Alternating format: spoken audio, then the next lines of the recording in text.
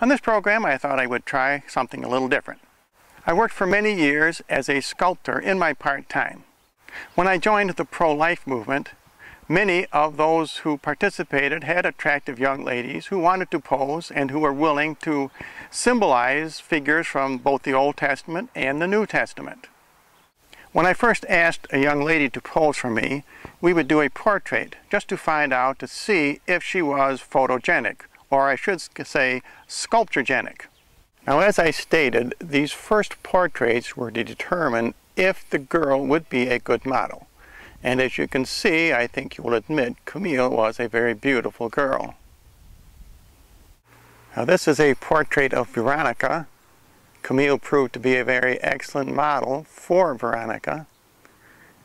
And if you take a look at the image on the veil, I happen to pose for the image of Jesus myself. Although it's not a very good image, maybe you can see my likeness. Following the portrait of Veronica, Camille and I worked on an image of the Blessed Virgin Mary, and we called this piece the Immaculate Heart. The 5 circles on her forehead symbolize the rosary. On each side there are 5 triangles and 5 squares. The circle, square, and triangle, of course, symbolize the Trinity. This is one of my favorite pieces, and I especially like the way the hands worked out, and also the Immaculate Heart.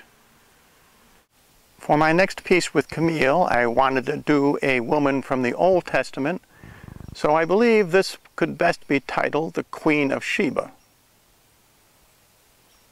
As you can see, Camille brings out the exotic in this particular portrait.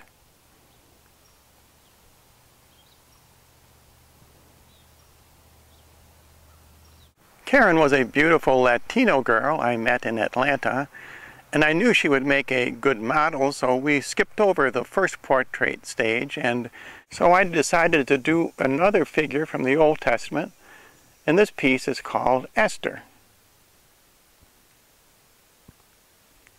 I was only able to do one portrait of Monique, but I think she would have been good as either a model for an Old Testament figure or even for the Blessed Virgin Mary. This is the first portrait I did of Becky, and this is a somewhat different material. This is cast in hydrocal rather than most of the other pieces, which were cast in polyester and fiberglass resin. Becky posed for this piece, and she has a kind of a quizzical look on her face. I think we could call her the woman at the well. And if I zoom in on Becky's face, I think you can see what I mean. Becky posed for this piece also, and I call this sculpture Jerusalem. This is cast in fiberglass, and of course as such it's very lightweight and can be used as a wall plaque. I met this girl at a Pius X Latin Mass meeting, and she was a very beautiful model, but to tell you the truth, I can't even remember her name at this point. This is the only life-size sculpture I have created, and actually 2 of my models posed for this. Becky posed for the body part, and Sherry posed for the face. I call this piece Miss Pro-Life, Sidewalk Counselor. Both of the models who posed for this were very pro-life. In fact, they both have large families now. This sculpture is called Our Lady of the Apocalypse because she appears in the book of Revelation. On her head she wears a crown of 12 stars, and the rosary and the scapular that she holds are of course symbolized by the 2 wings of a great eagle. But thanks again to all of my subscribers. I believe I have nearly 600 now.